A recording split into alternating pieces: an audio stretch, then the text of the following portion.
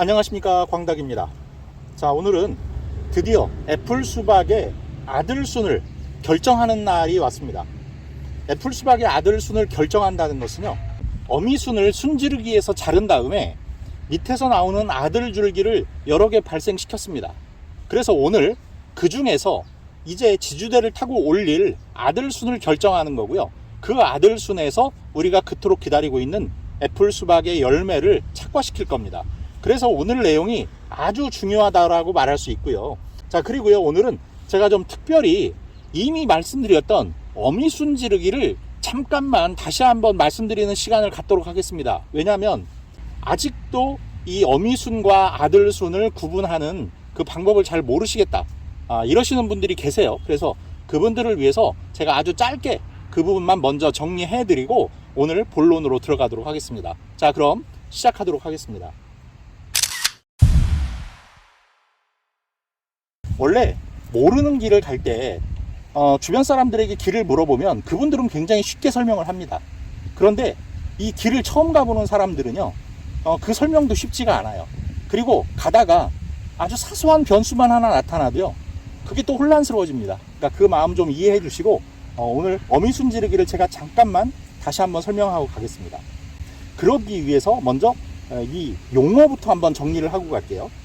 저는 지금 어미줄기를 이렇게 이미 순지르기를 했습니다. 그래서 여기 보이시죠? 잘라진 부위, 여기가 어미순을 잘라낸 자리예요. 그러니까 이게 지금 어미순인 겁니다, 이 줄기가.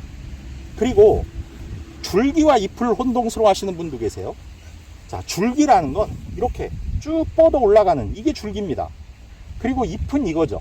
그런데 헷갈려 하시는 게, 아마 잎과 줄기가 붙어 있는 이 부분이 줄기랑 비슷하게 생겼으니까 이걸 혼란스러워 하실 수도 있어요. 이건 잎 자루예요. 이건 줄기, 그리고 여기가 잎인 겁니다. 이걸 통째로 합쳐서 그냥 우리가 잎이라고 부르는 거예요. 이렇게 줄기는 계속 올라가는 거고, 줄기의 끝부분에는 이렇게 성장점이 있어서 계속 올라갑니다. 자, 우선 이런 걸 아시고요. 그 다음에 저는 어미줄기를 잘랐기 때문에 현재는 아들줄기밖에 없습니다. 하지만 설명을 위해서 제가 이 아들줄기를 어미줄기라고 생각하고 가상으로 설명을 좀 드릴게요. 자, 다른 건 없다고 생각하십시오. 다른 건 지금 현재 없습니다. 자, 처음에 이제 이렇게 모종을 심으면 이렇게 줄기가 하나만 있어요. 그리고 그 옆에서 이렇게 잎들이 자라고 있습니다. 그러면 이걸 우리가 어미줄기, 원순 이렇게 부르는 거예요. 이 줄기와 잎 사이에 여기 갈라지는 부분이 있죠? 여기에서 아들줄기가 출현을 하는데, 그게 모종을 이제 갓 사신 분들은 아들줄기가 아직 없을 거예요. 그리고 이제 그걸 땅에 심어 놓으면 점점 이제 자라면서 그 아들줄기가 출현을 해요. 그런데 그 속도를 좀 빨리 아들줄기를 키우기 위해서 어미줄기를 자르는 거라고 했어요. 왜냐하면 아들줄기가 나오려면 이 어미줄기가 제거되면요, 조금 더 빨리 나옵니다. 왜냐하면 본능적으로 이 생명을 계속 이어가기 위해서 새로운 줄기를 발생시키는 거예요. 자, 그래서 이 어미줄기를 이렇게 자르는 그 행위를 순지르기 또는 적심이라고 한다고 했어요. 그러면 이제 여기 줄기와 잎이 갈라지는 부분마다 새로운 줄기가 나와요. 그걸 아들줄기라고 한다고 했습니다. 그래서 제가 방금 이 설명을 드린 이 줄기도 이 어미줄기를 자르고 나서 생긴 아들줄기예요. 자, 이제 이해되셨죠? 제가 어미순 지르기는 이렇게 이해하셨을 걸로 생각을 합니다. 그럼 먼저 아들줄기를 어떤 기준으로 선택할 것이냐를 먼저 설명을 드리겠습니다. 우선 이걸 보면 5번 아들줄기가 가장 늦게 나왔기 때문에 가장 어리죠. 그리고 지금 여기 보시는 이게 4번 아들줄기입니다. 4번. 그 다음에 이쪽으로 있는 게 3번이에요. 그리고 1번과 2번은, 근데 여기 지금 1번과 2번이 있는데 2번은 거의 못 자란 것 같고요. 1번이 지금 이렇게 자랐습니다. 가장 우선 고려해야 될 건 방향과 성장세. 방향이 지주대가 있으신 분들은 지주대를 타고 올라가기 좋아야 돼요. 만약에 이렇게 지금 거꾸로 자라고 있는 걸 저쪽으로 돌려서 기르시려면 이걸 이렇게 틀어야 됩니다. 그러면 이게 잘못하면 부러지기도 쉽고요. 자라는데도 이게 거꾸로 이렇게 방향을 틀어서 가야 되니까 무리가 좀 따릅니다. 그리고 다른 거에 비해서 뭐 그렇게 많이 자라 있지도 않아요. 그러면 이거는 일단 제외를 시키셔야 돼요. 그리고 나머지 3개 중에서 결정을 하셔야 되는데, 우선 이게 가장 성장세가 좋죠. 그리고 가장 끝에 위치하지도 않아요. 가장 끝에 위치한 건 가급적이면 빼시는 게 좋습니다. 왜냐면 어미줄기가 이렇게 적심이 되어 있기 때문에요. 마지막 줄기와 적심 위치가 만약에 가까우면, 만약 여기라고 가정해 볼게요. 여기라고 가정해 보면 바로 밑에 이렇게 아들줄기가 있게 됩니다. 그러면 여기가 마름 증상이 와요. 이 마른, 이 잘린 부위의 바로 밑에 부분은 아무래도 수분의 증발도 심하고 뭐 감염이 되기도 쉽고요. 그래서 가급적이면 이 마지막 줄기는 고려하지 않으시는 게 좋습니다. 그런데 저는 이제 그걸 감안해서 이렇게 좀 6번까지 제가 길게 자른 거예요. 자, 그러면 이제 아까 이건 빼기로 했으니까 이 세 개 중에서 어떤 걸 갈지 생각해 보면요. 지금 이건 한 뼘 정도 자라 있습니다. 그리고 이건 요만큼밖에 안 돼요. 그리고 이건 한 뼘이 넘습니다. 그러면 답이 대충 나왔죠. 이게 마지막인데다가 성장세도 이 밑에 있는 이 두 개에 비해서 늦습니다. 그러니까 이것도 자르고 이것도 잘라서 이 두 개를 이렇게 받으시면 되겠습니다. 자, 이제 방향과 성장세에 대한 이해는 되셨습니까? 자, 그럼 한번 제가 이걸 잘라 보도록 하겠습니다. 이걸 자르실 때는요, 가급적이면 이걸 바짝 붙여서 자르지 마세요. 왜냐하면 아까 그랬죠, 절단 부위에서는 수분의 증발이 일어나고 감염도 되기가 쉬워요. 그러니까 가급적이면 한두 마디를 남겨놓고 자르시면 됩니다. 여기를 이 정도, 지금 보이시죠? 이 정도 상태에서 지금 이파리가 두 장이 남아 있습니다. 여기를 두 번째 이파리에 바짝 붙여서 이렇게 자르도록 하겠습니다. 자, 그 다음 이쪽은 방향이 너무 달라서 제거하셔야 된다 그랬어요. 그러면 역시 이것도 바짝 붙여 자르지 마시고 두 번째 잎에서 이렇게 자르도록 하겠습니다. 자, 그러면 제가 이렇게 두 개의 아들줄기를 제거했습니다. 자, 그 다음에 이제 또 해주셔야 될 게 몇 가지 있어요. 저 같은 경우에는 애플수박에 전목묘를 쓰고 있기 때문에 아래 부분에 혹시 뭐가 나오는 게 없는지 보셔야 됩니다.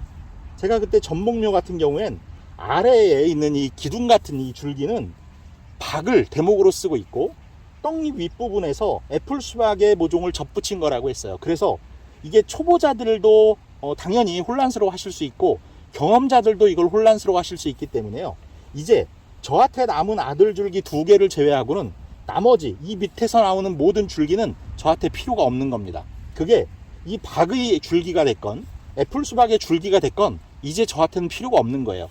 그러니까 이 밑을 이렇게 보시면요, 조그맣게 자라고 있는 줄기들이 있습니다. 이게 지금 제가 위치를 봐서는 이건 이 애플수박의 아들줄기예요. 그런데 이 애플수박의 아들줄기가 무슨 이유에서인지 몰라도 제대로 자라지를 못했어요. 그러면 다 필요 없는 겁니다, 저한테. 그러니까 이건 어리니까 그냥 손으로 이렇게 뜯어내시면 돼요. 그 다음에 여기 보시면 이렇게 뭐 잎 같지도 않은 잎들이 좀 지저분하게 보입니다. 이런 것들도 이제 다 정리하세요. 여기 있는 이런 뭐 조그만 잎들은 오히려 밑부분을 관리하기 복잡하게만 만듭니다. 그리고 이 밑부분에 정체불명의 줄기인지 잎인지도 좀 애매하게 달려있는 그런 지저분한 것들은 아무런 도움이 안 되니까 다 잘라내십시오. 여기서 괜히 줄기가 나오니까 그 줄기가 아까워서 놔두셨다가는 잘못하면 이 박의 줄기를 키우시는 일이 있을 수도 있고요.